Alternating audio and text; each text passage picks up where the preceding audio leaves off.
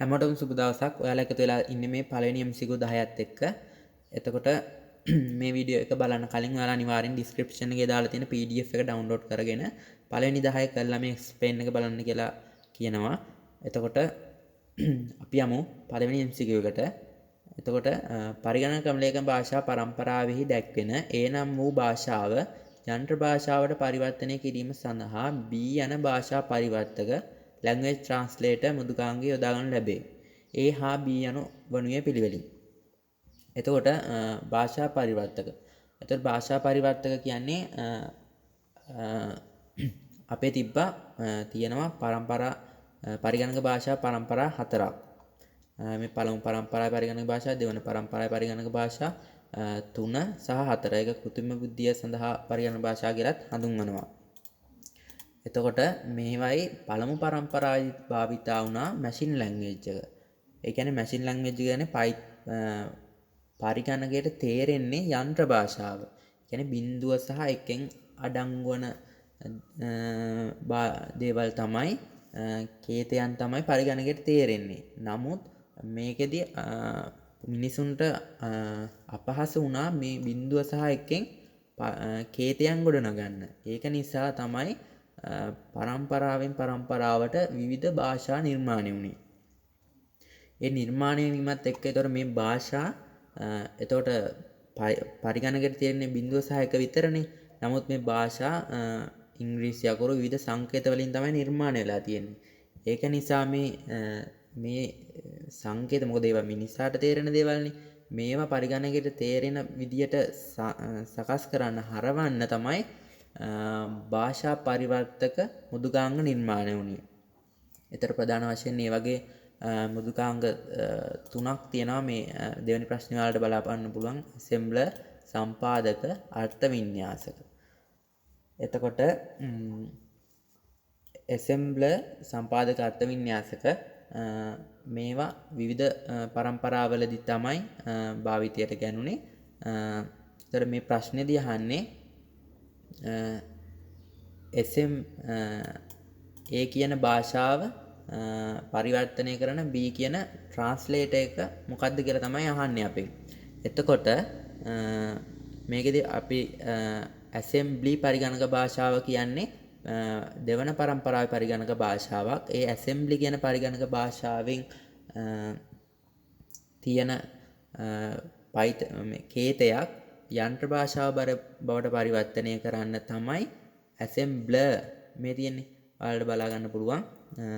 මම මේක පෙන්නන්නම්. assembler නම් වූ සුවිශේෂී භාෂා පරිවර්තකයක්. ඒ කියන්නේ assembly භාෂාවේ වෙන් ලියන ලද කේතයක් යන්ත්‍ර භාෂාවට පාත් කරන්න තමයි assembler කියන භාෂා පරිවර්තකය කියන්නේ. ඒ කියන්නේ ප්‍රභව ක්‍රමලේඛය. කියන්නේ ප්‍රභව ක්‍රමලේඛය කියන්නේ අපි කේතයක් ලියනවානේ. ඒකට කියන්නේ ප්‍රභව ක්‍රමලේඛය. කියන්නේ source program එක. source program එක විෂය ක්‍රමලේඛය. විෂය ක්‍රමලේඛය කියන්නේ object program එක. ඒක නැත්තම් machine code එක බවට පත් කරන්න තමයි assembler භාවිතා කරන්නේ. ඒ කියන්නේ assembly භාෂාවෙන් ලියන ලද කේතයක් යන්ත්‍ර භාෂාව බවට පත් කරන්න machine code එකට බවට පත් කරන්න තමයි assembler භාවිතා වෙන්නේ. එතකොට මෙතන තියෙන assembler, assembler කියන්නේ භාෂා පරිවර්තකය, assembly කියන්නේ පරිගණක භාෂාව. ඒතර මේක මාරු කරලා තියෙන්නේ ඒනේ භාෂාවෙන්. ඒ කියන්නේ assembler. ඒතර මේක හරි. මේක වැරදි. ඊට පස්සේ මේ තුන්වෙනි එක assembly සම්පාදක. සම්පාදක කියන්නේ compiler. ඒතර compiler භාවිතා වෙන්නේ ඒ compiler භාවිත මේ සම්පාදක compiler භාවිතා වෙන්නේ Pascal, Fortran, C++, C, Visual Basic, C# වගේ ඒවායි තමයි භාවිතා වෙන්නේ සම්පාදක. ඒතර මේකත් වැරදි. මේක වැරදි මේක. assembler සහ අර්ථ වින්‍යාසක. අර්ථ වින්‍යාසක භාවිතා වෙන්නේ Python වල සහ basic කියලා උදාහරණ විදියට තියෙනවා පරිගණක භාෂා දෙකක්. Python programming language එකේ සහ basic කියන programming language එකේ තමයි අර්ථ වින්‍යාසක භාවිතා වෙන්නේ. මෙන්න මේ දෙකේ. එතකොට ඒතර මේකත් වැරදි. අර්ථවින්‍යාසක සහ අර්ථවින්‍යාසක සම්පාදක. එතකොට අර්ථවින්‍යාසක කියන්නේ භාෂා පරිවර්තකයක්, සම්පාදක කියන්නේ භාෂා පරිවර්තකයක්. ඒක නිසා මේ උත්තරෙත් වැරදි. පළවෙනි එකට උත්තරේ 2. ඊට පස්සේ ඊළඟ ප්‍රශ්නෙට. ඊට පස්සේ මේකේ තියෙනවා පහත සඳහන් පරිගණක වැඩසටහන් භාෂා පරිවර්තක මෘදුකාංග වර්ග සලකන්න. ඒ කියන්නේ මේ තියෙන්නේ ප්‍රධාන වශයෙන් තියෙන භාෂා පරිවර්තක මෘදුකාංග තුන. ඒ කියන්නේ assembler, compiler, interpreter. එතකොට මේවා අතරින් Python ක්‍රමලේඛ භාෂාව අයත් වෙන වර්ගය වර්ග වෙනුවේ. ඒ කියන්නේ දැන් Python අපි කෝඩ් එකක් ලිව්වම ඒක source programming කියන ප්‍රභව ක්‍රමලේඛයනේ. ඒ ප්‍රභව ක්‍රමලේඛය විශේෂ ක්‍රමලේඛයට බවට පත් කරන්න ඕනේ. ඒ කියන්නේ machine code එකට. machine code එකට පත් කරන්න භාවිතා කරන භාෂා පරිවර්තක මෘදුකාංගය මොකක්ද කියලා තමයි මේකෙන් අහන්නේ. එතකොට මම ඔයාලට එක පෙන්නන්නම්. එතකොට මේ තියෙන ඉන්ටර්ප්‍රිටර් ගැන. එතකොට ඉන්ටර්ප්‍රිටර් කියන්නේ Python වල භාවිතා වෙන භාෂා පරිවර්තකය. මේ තියෙන ඔයාලට මෙතන උදාහරණ විදිහට දාලා දෙනවා. Python programming language එකයි basic කියන programming language එකේ තමයි ඉන්ටර්ප්‍රිටර් භාවිතා වෙන්නේ. ඒතර මේ source program එක කියන්නේ ප්‍රභව ක්‍රමලේඛය. ඒ කියන්නේ අපි ලියන කෝඩ් එක ඉන්ටර්ප්‍රිටර් මගින් machine code එක බවට පරිවර්තනය කරනවා. එතන මේකේ assembler නෙමෙයි, assembler භාවිතා වෙන්නේ assembly වල assembly පරිගණක භාෂාව යන්ත්‍ර භාෂාවට පරිවර්තනය කරන තමයි assembler භාවිතා වෙන්නේ. සම්පාදක compiler භාවිතා වෙන ඒවත් මම ඔයාලට පෙන්නන්නම්.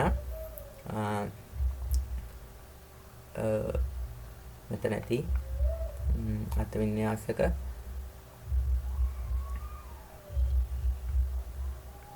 හරි මේ තියෙන සම්පාදක මේ මෙතන යටම තියෙන සම්පාදක මේ වර්ගයේ මුද්‍රාංග එතන මේ Pascal, Fortran, C++, C Sharp, Visual Basic වගේ ඒවා තමයි compiler භාවිතා වෙන්නේ. එතකොට Python වල භාවිතා වෙන්නේ interpreter, ඒ කියන්නේ අර්ථවින්‍යාසක. හරි. ඊට පස්සේ තුන්වෙනි එක. ක්‍රමලේඛන භාෂා පිළිබඳ පහද දැක්වෙන ප්‍රකාශ සලකා බලන්න. හරි මම කියවන ඔයාලට මේ මම පරම්පරාව පිළිබඳ කතා කරනවා කියලා. එතකොට දැන් මෙතන ක්‍රමලේඛන භාෂා පරම්පරා තියෙනවනේ. ප්‍රධාන වශයෙන් පරම්පරා 4ක් තියෙනවා. එතකොට භාෂා අතරට පළමු පරම්පරාවට අයත් වෙන්නේ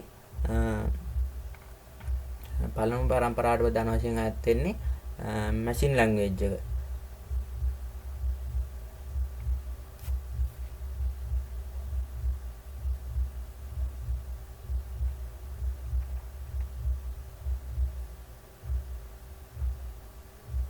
මේ තියෙන්නේ පළමු පරම්පරාවේ පරිගණක භාෂා මගින් ලියන ලද වැඩසටහන් Windows 6 යන සංකේත භාවිත කරලා ලියන ලදී. ඒ කියන්නේ පළවෙනි පරම්පරාවට අයත් වෙන්නේ machine language එක. machine language එක කියන්නේ Windows 6 එකෙන් ලියන ඒවා. එතකොට දෙවන පරම්පරාවට එනකොට අපි කිව්වා දෙවන පරම්පරාවේදී assembly තමයි භාවිතා වුණ පරිගණක භාෂාව. ඊට පස්සේ තුන්වෙනි එකට එනකොට තුන්වෙනි එකේදී නිර්මාණය වුණා Fortran, COBOL, Pascal, C, C++, Java, Basic, Python, Delphi, Visual Basic කියන පරිගණක භාෂා නිර්මාණය වුණා.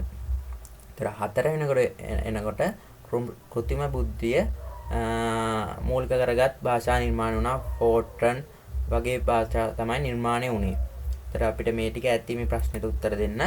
ඒතර Java ක්‍රමලේඛන භාෂාව පළමු පරම්පරාවේ 1 generation level භාෂාවකි. එතකොට ඒක වැරදි. Java කියන්නේ අපි මෙතන දැක්කා Java කියන්නේ තුන්වන පරම්පරාවේ පරිගණක භාෂාවක්. එතකොට ඒක වැරදි. එතකොට Python ක්‍රමලේඛන භාෂාව දෙවන පරම්පරාවේ. එතකොට Python කියන්නේ මෙතන තියෙනවා මේකත් තුන්වන පරම්පරාවේ පරිගණක භාෂාවක්. එතකොට ඒකත් වැරදි. එතකොට තෙවන පරම්පරාවේ පරිගණක ක්‍රමලේඛන භාෂා සිව්වන පරම්පරාවේ ක්‍රමලේඛන භාෂාවලට වඩා සාමාන්‍ය භාෂාවලට සමීප වේ. එතකොට මේ පරම්පරා නිර්මාණය වුණේම පරම්පරාවෙන් පරම්පරාවේ සිදු වුණේ මිනිසාට ප්‍රධාන වශයෙන් මිනිසාට ක්‍රමලේඛනය කරන්න පහසු වීමක් සිදු වුණේ. එතකොට පළවෙනි එකේ මැෂින් ලැන්ග්වේජ් එකෙන් කරන්න අමාරු නිසා තමයි ඇසෙම්බලි ආවේ. ඇසෙම්බලි වලින් තුන්වන පරම්පරාවට ආවත් තුන්වන පරම්පරාවෙන් හතරවෙනි පරම්පරාව. එතකොට තුන්වන එකට වඩා හතරවෙනි එකේදී අනිවාර්යෙන්ම මිනිසාට පහසු වෙන්න ඕනි Python වල ප්‍රෝග්‍රෑමින් කරන්න. තුන්වෙනි පරම්පරාවේදී. තුන්වෙනි පරම්පරාවට වඩා හතරවෙනි පරම්පරාවේදී පුළුවන් වෙන්න ඕනි. එතකොට මේක තෙවැනි පරම්පරාවේ පරිගණක ක්‍රමලේඛන භාෂා සිව්වන පරම්පරාවේ ක්‍රමලේඛන භාෂා වලට වඩා සාමාන්‍ය භාෂා වලට සමීප වෙයි. නෑ සාමාන්‍ය භාෂා වලට සමීප වෙන්නේ හතරවෙනි පරම්පරාව. මොකද හතරවෙනි පරම්පරාවේදී මිනිසාට තේරුම් ගන්න පුළුවන් විදිහට තවත් මිනිසාට සමීප වුණා. ඒතර මේකත් වැරදි. එතකොට උත්තරේ වෙන්නේ ඉහත කිසිවක් සත්‍ය නොවේ. එතන මේ මට දෙවෙනි එකේ උත්තරේ ලකුණු ගන්න බැරි වුණා. දෙවෙනි එකට උත්තරේ C පමණි. හරි. දැන් මෙතන අහනවා හතරවෙනි ප්‍රශ්නෙට යන්. පරිගණක ක්‍රමලේඛන භාෂා පරිවර්තක මුදුකාංග. computer programming language translator software සම්බන්ධයෙන් වඩාත් නිවැරදි වන්නේ කවර වගන්තිය. ඒතර නිවැරදි ප්‍රකාශය තමයි අපෙන් අහන්නේ. පරිගණක ක්‍රමලේඛයක් පරිගණකයට තේරුම් ගත හැකි භාෂාවකට පරිවර්තනය කිරීම සඳහා සෑම විටම පරිගණක ක්‍රමලේඛන භාෂා පරිවර්තක මෘදුකාංගයක් අවශ්‍ය වේ.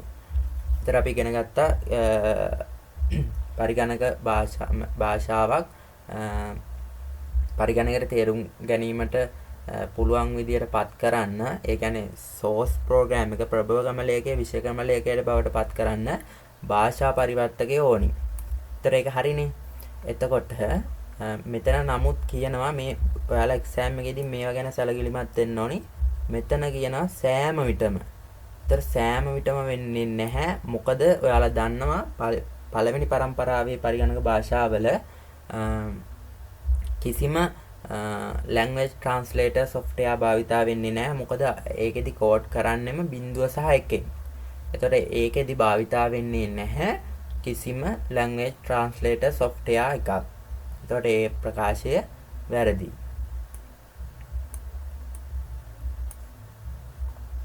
ඔයාලට මම මේක පෙන්නන්නම්. පළමු පරම්පරාවේ පරිගණක භාෂාව. පළමු පරම්පරාවේ පරිගණක භාෂාව මගින් ලියන ලද වැටසන් 0 සහ 1 යන කේත පමණක් භාවිත කරලා ලියන යදී. ඒක නිසා ඒතර 0 සහ 1 මගින්ම ලිව්වම කියන්නේ අපිට භාෂා පරිවර්තක අවශ්‍ය වෙන්නේ නැහැ. ඒ කියන්නේ මේ පරිවර්තක මෘදුකාංගයන් අවශ්‍ය නොවේ. පරිවර්තක මෘදුකාංගයන් අවශ්‍ය නොවේ. ඒ කියන්නේ මේක භාෂා පරිවර්තකයන් අවශ්‍ය වෙන්නේ නැහැ. කම්පියුටරේට තේරෙනවා. සම්පාදකට වඩා අර්ථ වින්‍යාස පරිගණක ක්‍රමලේඛන භාෂා පරිවර්තක මෘදුකාංගය භාවිතා කිරීමෙන් වැඩි වේගයකින් පරිගණක ක්‍රමලේඛය ක්‍රියාත්මක වේ. හරි. මේකෙදි මෙහෙමයි වෙන්නේ. දැන් සම්පාදක සහ කම්පයිලර් සම්පාදක සහ අර්ථ වින්‍යාස කියලා පරිගණක භාෂා පරිවර්තක දෙකක් තියෙනවානේ. ඔය දෙකේදී වෙන්නේ සම්පාදක මගින් අපි ලියන කෝඩ් එක පළවෙනියට බලනවා මේකේ එරර්ස් තියනවාද කියලා, වැරදි තියනවාද කියලා බලලා මුළු කෝඩ් එකම එකපාර යන්ත්‍ර භාෂාව බවට පරිවර්තනය කරනවා. එතකොට අර්ථ වින්‍යාසක මගින් කරන්නේ පේලියෙන් පේලිය යන්ත්‍ර භාෂාවට බවට පරිවර්තනය කරන එක. එතකොට මේක සම්පාදක මගින් එකපාරම මුළු කෝඩ් එකම යන්ත්‍ර භාෂාවට පරිවර්තනය කරන නිසා වඩාත් වේගවත් වෙන්නේ සම්පාදක. එතකොට අර්ථ වින්‍යාස වඩා සම්පාදක වේගවත් වෙන්නේ. එතකොට ඔයාලට මේක බලා ගන්න පුළුවන්. හරි මේ තියෙන සම්පාදක සහ අර්ථ වින්‍යාසක අතර වෙනස්කම්. සම්පාදක ක්‍රමලේඛයක් ක්‍රියාත්මක කිරීමට පෙර සම්පූර්ණ ක්‍රමලේඛය එකවර යන්ත්‍ර භාෂාවට හැරවිය හැකිය. ඒ කියන්නේ මම කියපු කාරණය ක්‍රමලේඛයක් පියවරෙන් පියවර යන්ත්‍ර භාෂාව බවට හරවන අතර එසෙනින් මේ පියවරෙන් පියවර කියන්නේ පේලියෙන් පේලිය කියන අර්ථය. ඒතර ක්‍රමලේඛය ක්‍රියාත්මක කිරීමේ වේගය වැඩිය, ක්‍රමලේඛය ක්‍රියාත්මක කිරීමේ වේගය අඩුයි. හරිනේ. එතකොට මේක කියන්නේ සම්පාදකට වඩා අර්ථ වින්‍යාස පරිගණක ක්‍රමලේඛන භාෂා පරිවර්තක මෘදුකාංග භාවිතා කිරීමෙන් වැඩි වේගයකින් පරිගණක ක්‍රමලේඛය ක්‍රියාත්මක වේ. ඒතර ඒක වැරදි. ඊට පස්සේ 3 සම්පාදක සහ අර්ථ වින්‍යාසක යන පරිගණක ක්‍රමලේඛ එන භාෂා පරිවර්තක මෘදුකාංග දෙකම එකම ආකාරයට පරිගණක ක්‍රමලයක යන්ත්‍ර භාෂාවට පරිවර්තන කිරීම සඳහා ක්‍රියාත්මක වේ. නැහැනේ. දැන් මම උඩ එකදී කිව්වා ඒ කියන්නේ මේකෙදි එකම ක්‍රමයකට පරිගණක ක්‍රමලයකය ඒ කියන්නේ එකම ක්‍රමයකටම source program එක machine code එක බවට පරිවර්තනය කරනවා කියලා කියන්නේ. ඒ කියන්නේ පරිගණකයට තේරුම් කරන්න පුළුවන් භාෂාවට පරිවර්තනය කරන්නේ එකම ක්‍රමයකටලු. නෑනේ. ඒතර සම්පාදක කරන්නේ මුළු කේතයම එකවර. අර්ථ වින්‍යාසය කරන්නේ පේලියෙන් පේලිය. ඒක නිසා මේ ප්‍රකාශය වැරදි.